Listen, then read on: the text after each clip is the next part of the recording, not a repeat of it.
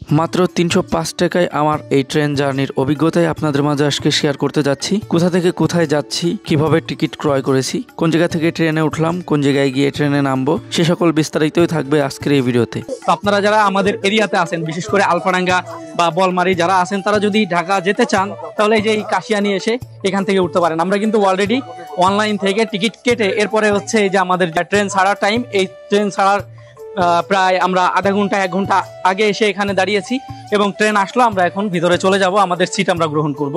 তো চলুন যাওয়া যাক।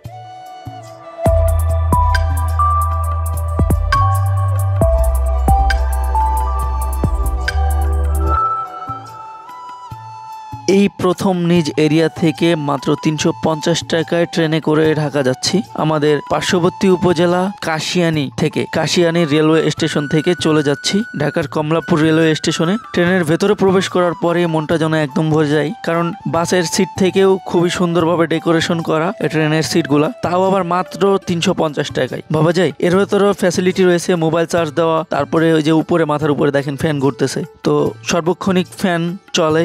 এরপরে হচ্ছে আপনার যদি যাত্রাপথে আপনার মোবাইল ফোনের চার্জ ফুরিয়ে যায়, তাহলে কিন্তু আপনারা আপনার মোবাইল ফোনকে এই ট্রেনের থেকেই চার্জ করে নিতে পারবেন। ট্রেনের ভেতরে চড়ে যখন বাহিরের দিকে তাকাচ্ছিলাম, তখন ঠিক এরকম ভিউটাই আমি পাচ্ছিলাম। আসলে এর আগে যতবার ঢাকা গিয়েছি সব থেকে বেশিবার ঢাকা যাওয়া হয়েছে বাইকে করে। বাইক ছাড়াও বাস, প্রাইভেট কার, হেলিকপ্টারে যাওয়ার অভিজ্ঞতাও পূর্বের রয়েছে। এই প্রথম ট্রেনে করে ঢাকা যাচ্ছি, তার মজাটাই আলাদা। আলাদা ভাইব, আলাদা প্রশান্তি মনের ভেতরে কাজ করতেছিল। মাঝে মাঝে তো ঠিক আমি এভাবে ট্রেনের জানালা দিয়ে মাথা বের করে বাহিরের সৌন্দর্য আরো সুন্দরভাবে উপভোগ করতে করতে ঢাকার দিকে যাচ্ছিলাম। মাত্র 1 ঘন্টা 40 মিনিটের এই জার্নিটা মনে হচ্ছিল যে হুট করেই ফুরাই যাচ্ছে। আজকের ট্রেন জার্নির মূল উদ্দেশ্য হচ্ছে টাঙ্গুয়ার হাওড়ে যাওয়া। তো টাঙ্গুয়ার হাওড়ে যাওয়ার ভিডিও পরবর্তীতে আপলোড হবে, সেইটা আপনারা দেখতে অবশ্যই পেজটিকে লাইক করে ফলো দিয়ে রাখেন যারা নতুন করে পেজে প্রবেশ করেছেন। তো এই ভিডিওর টপিকে মূলত কথা বলবো কাশিয়ানী থেকে ঢাকার কমলাপুর রেলওয়ে স্টেশনে যাওয়ার ব্যাপারে। ট্রেনের জানালা দিয়ে বাহিরের সৌন্দর্য দেখতে দেখতে কেমনে যেন পদ্মা সেতুতে চলে আসছি।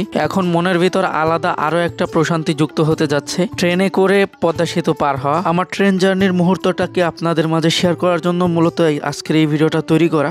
এখন কিন্তু আমি পদ্মা সেতুর উপর দিয়ে ট্রেনে করে পদ্মা সেতু পার হচ্ছি। খুবই ভালো লাগা ভেতরে কাজ করতেছে। এইবার ট্রেনের জানালা দিয়ে একসাথে দুইটা জিনিস উপভোগ করতে পারতেছি, একটা হচ্ছে পদ্মা সেতু এবং পদ্মা নদী। এতদিন তো পদ্মা নদী পার হওয়ার পূর্বে টোল প্লাজায় এসে আমাদেরকে বেশ কিছু সময় দাঁড়িয়ে থাকতে হতো। বাসে আসলে বা মোটরসাইকেল আসলে লাইন দাঁড়িয়ে টোল প্লাজা থেকে টোল কার্যক্রম শেষ করে এরপরে পদ্মা সেতু দিয়ে পদ্মা নদী পার হওয়া লাগতো। তো এই ঝামেলাটা পোহাতে হচ্ছে না ট্রেনে করে, এজন্য আরো আমার কাছে নতুন একটা ভালো লাগা কাজ করতেছিল। আপনারা কে কয়বার এই কাশিয়ানী রেলওয়ে স্টেশন থেকে কমলাপুর রেলওয়ে স্টেশনে গিয়েছেন সেটা কমেন্ট করে জানান, অথবা আপনার ট্রেন ভ্রমণের কোনো ছবি থাকলে সেটা কমেন্টে দিবেন, দেখে আপনার কমেন্টের রিপ্লাই দেওয়ার চেষ্টা করব। গোপালগঞ্জের কাশিয়ানী উপজেলার কাশিয়ানী রেলওয়ে স্টেশন থেকে ঢাকার উদ্দেশ্যে 2বার ট্রেন ছাড়া হয়, সকালে এবং বিকালে। তো আমরা যেহেতু সকালে যাইনি, আমরা টিকিট কেটেছিলাম বিকালে ট্রেনে। বিকাল 5:15 সময় আমরা ট্রেনে উঠি। ট্রেনে চড়ে বাহিরের সৌন্দর্য উপভোগ করতে করতে নিমতলা রেল স্টেশন এখন পার হচ্ছি। স্টেশনে থাকা সকল লোকজন আমাদের দিকে সুন্দরভাবে তাকিয়ে আমাদেরকে বিদায় দিচ্ছিল তাদের স্টেশন থেকে। আমরাও তাদেরকে হাত নাড়িয়ে বিদায় দিয়ে সামনের দিকে চলে যাচ্ছি এবং আবারও চলতে থাকি সামনের দিকে আমাদের গন্তব্য কমলাপুর রেলওয়ে স্টেশনে।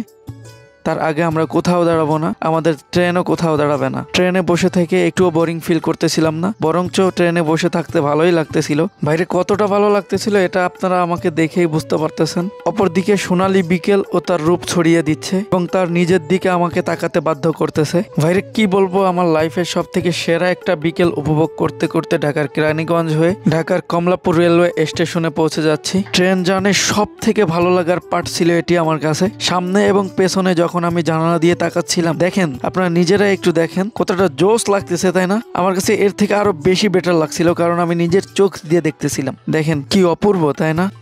এই অপূর্ব সৌন্দর্য উপভোগ করতে করতে আপনি যদি কাশিয়ানী থেকে ঢাকার কমলাপুর রেলওয়ে স্টেশনে পৌঁছাতে চান, তো সেই ক্ষেত্রে যেই দিন আপনি যাবেন তার আগের দিনই আপনাকে অনলাইন থেকে টিকিট ক্রয় করতে হবে। ট্রেনের টিকিট কাটার জন্য আপনারা ওয়েবসাইট এবং অ্যাপ দুইটাই ব্যবহার করতে পারেন। ওয়েবসাইট যদি আপনারা ব্যবহার করেন তো সেই ক্ষেত্রে যে কোনো ব্রাউজারে গিয়ে আপনাকে লিখতে হবে রেল সেবা। লিখলেই সর্বপ্রথম যে ওয়েবসাইটটা আসবে, ওয়েবসাইটে প্রবেশ করে ওয়েবসাইটে যেই কার্যক্রম রয়েছে এগুলো শেষ করে আপনারা ট্রেনের টিকিট কাটতে পারবেন। আর অ্যাপ দিয়ে যদি কাটতে চান তো সেক্ষেত্রে মোবাইল ফোনে যদি অ্যাপ ইনস্টল করা না থাকে প্লে স্টোর থেকে রেল সেবা অ্যাপটি ইনস্টল করে পরবর্তী নির্দেশনা অনুসরণ করে আপনারা ট্রেনের টিকিট কাটতে পারবেন। তাছাড়া যদি আপনারা ট্রেনের টিকিট কাটার ভিডিও দেখতে চান তো সেক্ষেত্রে আমাকে কমেন্ট করুন, আপনাদেরকে আমি কিভাবে ট্রেনের টিকিট কাটতে হবে সেই পদ্ধতি শিখিয়ে দিব।